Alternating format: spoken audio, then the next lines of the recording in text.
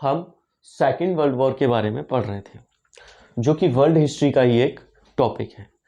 Second world war 1939 से लेकर 1945 तक हुआ था। इसमें हम वर्ल्ड वॉर के अंदर, सेकेंड वर्ल्ड वॉर के अंदर बहुत सारे टॉपिक को करा चुके हैं। हम सेकेंड वर्ल्ड वॉर का इंट्रोडक्शन देख चुके हैं, इसके बाद क्या कारण थे, किन वजहों से सेकेंड वर्ल्ड वॉर हुआ, ये देख चुके हैं। युद्ध की प्रमुख घटनाएं क्या क्या हुई थी, युद्ध में क्या क्या हुआ था, ये सभी देख चुके हैं। इसके बाद युद्ध से जो विनाश हुआ था उसके बारे में हम वीडियो बना चुके हैं आराम से। इसके बाद युद्ध के परिणाम कर रहे थे, युद्ध के परिणामों में भी आर्थिक एवं सामाजिक परिणाम करा चुके हैं। आज हम देखेंगे राजनीतिक परिणाम। राजनीतिक परिणाम के अंदर भी आज हम पार्ट फर्स्ट देखने वाले हैं। राजनीतिक परिणाम के पार्ट फर्स्ट देखेंगे। इस राजनीतिक परिणाम को पूरा कराने से पहले हम थोड़ा सा इंट्रोडक्शन जान लेते हैं कि सेकेंड वर्ल्ड वॉर में क्या हुआ था, क्योंकि जो पहली बार देख रहे हैं उनके लिए ज़रूरी है कि वो थोड़ा सा जान लें कि ये है क्या। अगर आप हमारे ये सभी वीडियो यहाँ से स्टार्ट करेंगे तो आपको इस चीज़ की ज़रूरत नहीं पड़ेगी, लेकिन आप पहली बार देखेंगे तो यहाँ से थोड़ा सा समझना आपके लिए ज़रूरी है। तो जो सेकेंड वर्ल्ड वॉर हुआ था वो अलाइड पावर और एक्सिस पावर के बीच में हुआ था। अलाइड पावर को मित्र राष्ट्र कहा जाता था और एक्सिस पावर को धुरी राष्ट्र कहा जाता था। मित्र राष्ट्रों में थे ब्रिटेन, फ्रांस, रूस और यूएसए, और धुरी राष्ट्रों में थे जर्मनी, जापान और इटली। इनको पूंजीवादी देश कहा जाता था और इनको अधिनायकवादी देश कहा जाता था या फांसीवादी देश कहा जाता था।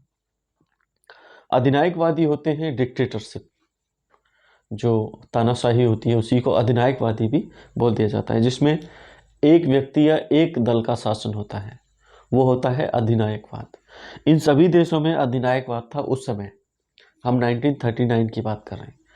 तो इन सभी देशों के बीच में लड़ाई हुई थी, सेकेंड वर्ल्ड वॉर हुआ था, जिसमें कि मित्र राष्ट्रों की जीत हुई थी और एक्सिस पावर जो कि धुरी राष्ट्र थे उनकी हार हुई थी। इसमें ये राष्ट्र जीते थे और ये हार गए थे, जो कि पहले विश्व युद्ध में भी ऐसा ही हुआ था, बस इटली को छोड़कर।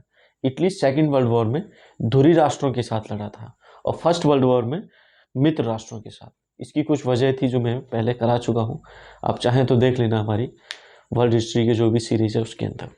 अब देखते हैं इसके राजनीतिक परिणाम। राजनीतिक परिणामों में हम देखेंगे पहला, जर्मनी का विभाजन। सेकेंड वर्ल्ड वॉर में भी जर्मनी हार गया था, लेकिन इसने हारते हारते बहुत सारे जो देश थे जो कि मित्र राष्ट्रों के थे उनको इतना बुरी तरह से हरा दिया था या इतना ज़्यादा शक्तिहीन कर दिया था जिनको चल पाना बड़ा मुश्किल हो रहा था, जिनको अपना काम चलाना बड़ा मुश्किल हो रहा था, जिसमें से कि फ्रांस, ब्रिटेन वगैरह ये मेन देश थे, जिनके उपनिवेश भी बहुत ज़्यादा थे पूरे विश्व में। इतने भयंकर आक्रमण किए गए थे जर्मनी द्वारा इन देशों पर जो मित्र राष्ट्र थे, फ्रांस और ब्रिटेन पर, जिनकी हम कल्पना तक नहीं कर सकते। इनको इतना बुरी तरह से हरा दिया था बहुत सारे मोर्चों पे, जिसको ये स्वीकार करना भी मुश्किल समझ रहे थे। देख लेते हैं जर्मनी का। इसके बाद ये कुछ कमजोरियां थी जिनकी वजह से इनको हार का सामना करना पड़ा, तो उस कमजोरियों को तो हम बाद में देख लेंगे। देख लेते हैं जर्मनी का विभाजन। जर्मनी का जब हार गया था सेकेंड वर्ल्ड वॉर में तो इसके 4 टुकड़े कर दिए गए थे। इन सभी 4 टुकड़ों को अलग अलग देशों ने बांट लिया था, जिसमें थे यूएसए, अमेरिका, ब्रिटेन, फ्रांस और रूस। इन चारों टुकड़ों को इसने आपस में बांट लिया था। आगे चल के क्या हुआ, जर्मनी का विभाजन हो गया। इसके बाद यूएसए, ब्रिटेन और फ्रांस,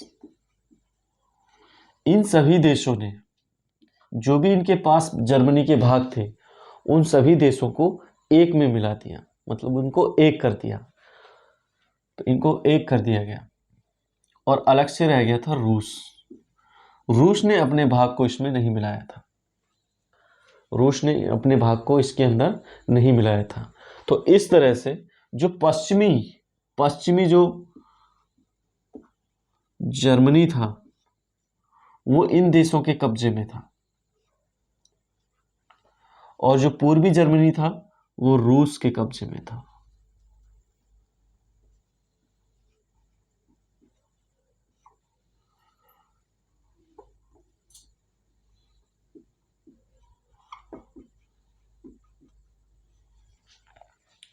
इस तरह से इन्होंने इसको डिवाइड कर दिया था, और इसके जो भी संसाधन थे, जो भी फैक्ट्रियां थी, उद्योग धंधे थे, उनको भी इन्होंने आपस में बांट लिया था।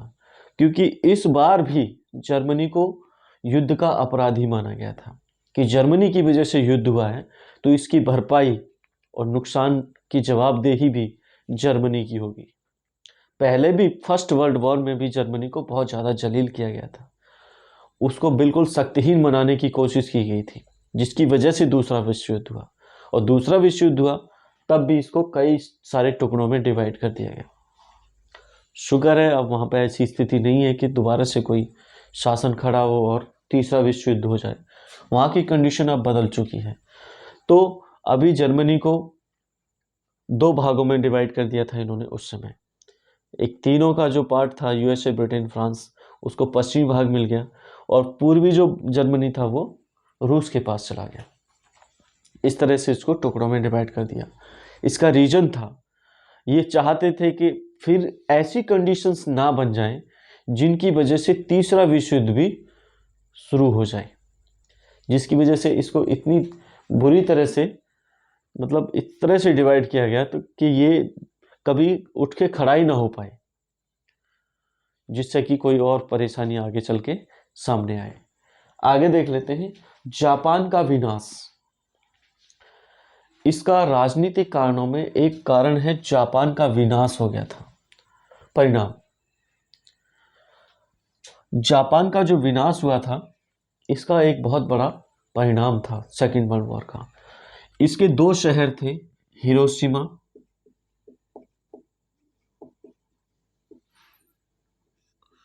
और नागासाकी।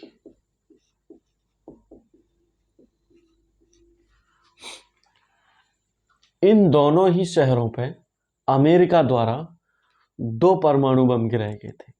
पहला यूरेनियम बम था, सेकंड वाला प्लूटोनियम बम था।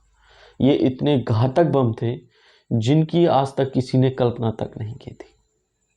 कोई सोच नहीं सकता था कि कुछ ऐसे बम भी बनाए जा सकते हैं और इन बमों से इतनी तबाही भी हो सकती है।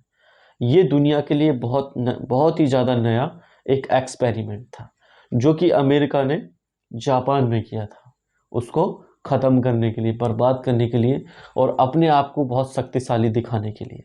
ये यूएसए द्वारा सबसे बड़ा, कह सकते हैं सबसे बड़ा जो अपराध था, जो जघन्य अपराध था, वो यूएसए द्वारा किया गया था। बहुत सारे लोगों को सेकंडों में ख़त्म कर दिया गया था। इतनी ज़्यादा तबाही मचाई थी इन दोनों बमों ने। तो इसमें जापान को विनाश के कगार पर लाके खड़ा कर दिया। इसके दो शहर हिरोशिमा और नागासाकी को पूरी तरह से जमींदोज कर दिया था। हिरोशिमा में 6 अगस्त को बम गिराया गया और नागासाकी में 9 अगस्त को बम गिराया गया। उसके बाद 15 अगस्त तक जापान ने आत्मसमर्पण कर दिया, हस्ताक्षर करके। आत्मसमर्पण तो करने वाला था, लेकिन इन्होंने वेट नहीं किया, क्योंकि वो अकेला पड़ गया था। पहले जर्मनी और इटली हार चुके थे, उसके बाद जापान बचा था। नाम मात्र के लिए कहा कि आप समर्पण कर दीजिए बिना शर्त, जिसको जापान ने माना नहीं। इनके पास एक विकल्प बचा। यूएसए और ब्रिटेन ने एक साझा कार्यक्रम में ये विचार रखे कि हाँ, इस पर परमाणु हमला कर दिया जाए, जिससे कि विश्व के सामने ये मैसेज जाए कि हम बहुत ज़्यादा शक्तिशाली हैं। लोगों को मारने के बाद कैसा कोई शक्तिशाली हो सकता है। इसकी हर जगह आलोचना की गई थी कि ये बम जापान पे नहीं गिराए जाने चाहिए थे। आगे देख लेते हैं। इसके बाद जनरल मैक आर्थर को जापान का एक शासक नियुक्त कर दिया गया, एक तरह से प्रशासक नियुक्त कर दिया गया, और बहुत समय तक उन्होंने इसका काम चलाया, क्योंकि जापान उस समय पूरी तरह से ख़त्म हो चुका था। उसके जो प्रमुख शहर थे मेन वो इसमें ख़त्म हो चुके थे। इसके बाद 1951 की एक संधि हुई। जापान की जो भी सरकार थी, बची कुची जो भी था, उसके साथ संधि हुई। इस संधि में फार्मोसा, कोरिया और सखालिन,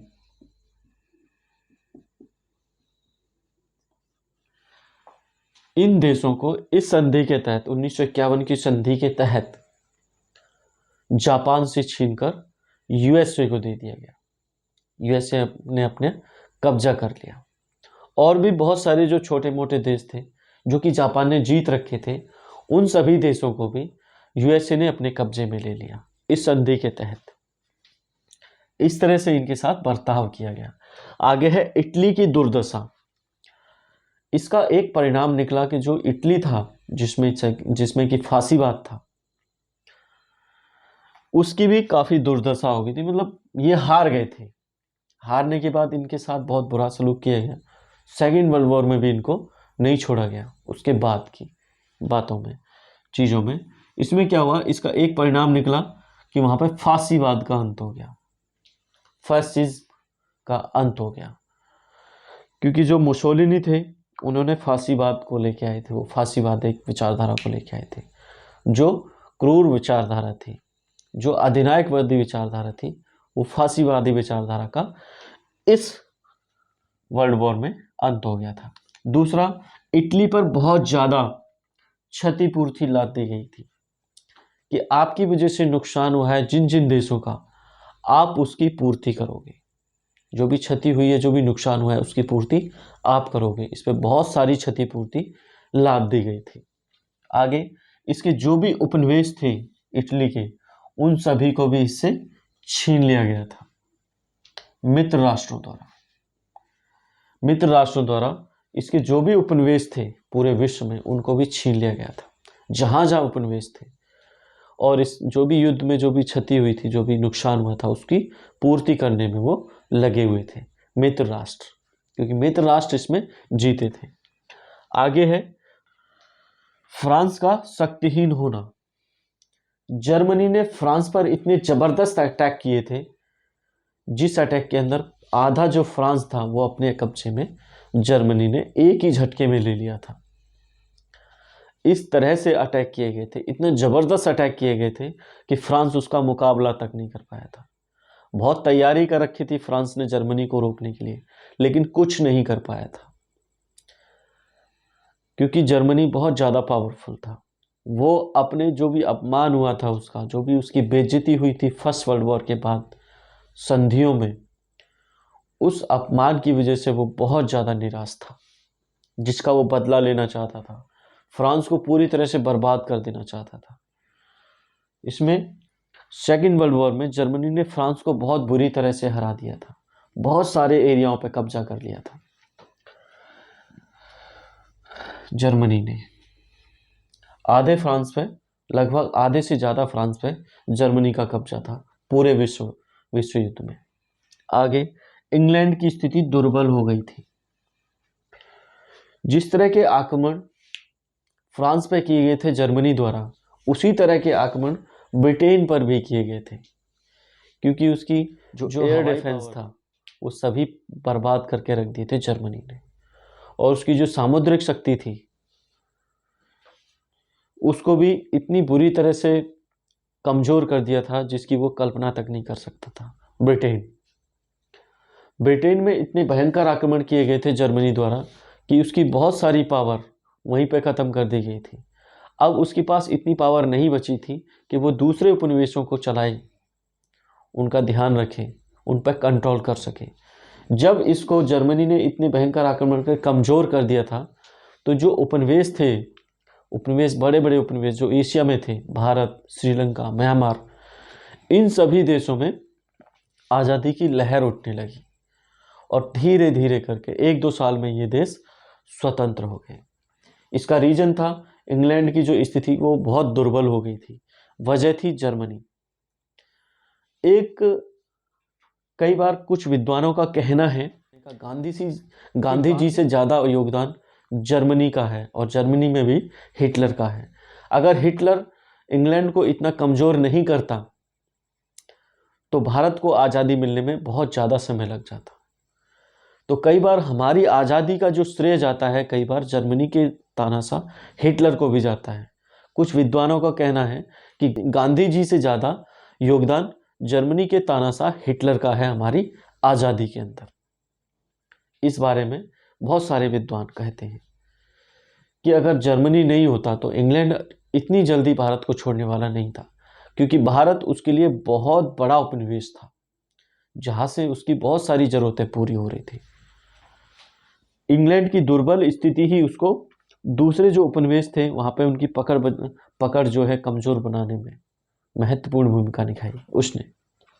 तो ये था इंग्लैंड की स्थिति का दुर्बल होना, जिसकी वजह से ये उपनिवेश जो है आज़ाद होते चले गए। तो ये परिणाम निकले जो कि बहुत ज़्यादा इम्पोर्टेंट है। जर्मनी का पूरी तरह से विभाजन हो गया था, जापान का विनाश हो गया था, इटली की दुर्दशा ऐसी हो गई थी जिसको खड़ा कर पाना दोबारा से बड़ा मुश्किल था। इसके बाद इतनी ज़्यादा परेशानियां आई कि लोग भुखमरी का शिकार होने लगे, बेरोजगारी का शिकार होने लगे, क्योंकि जो उद्योग धंधे इस बीच में लगाए थे वो सभी उद्योग धंधे या तो ऐसी चीज़ों के बनाने के लिए लगाए थे जो युद्ध में काम आए, या दूसरे जो भी जरूरी काम थे युद्ध से रिलेटेड उन्हीं चीज़ों के लिए बनाए गए थे। अब युद्ध समाप्त हो गया, सब चीज़ समाप्त हो गया, उसके बाद उद्योग धंधों का क्या किया जाए, किस तरह से उनको चलाया जाए, ये बहुत बड़ी समस्या थी, क्योंकि युद्ध की सामग्री बहुत बड़े लेवल पर बनाई गई थी इनके द्वारा। इसके बाद बेरोजगारी, भूखमरी, बहुत सारी समस्याएं पैदा हो गई जिसको यूरोप की जनता ने बड़ी मुश्किल से झेला। तो ये था हमारा युद्ध के परिणाम, राजनीतिक परिणाम का पार्ट फर्स्ट। अब मिलते हैं आपको पार्ट सेकंड के अंदर। आज के लिए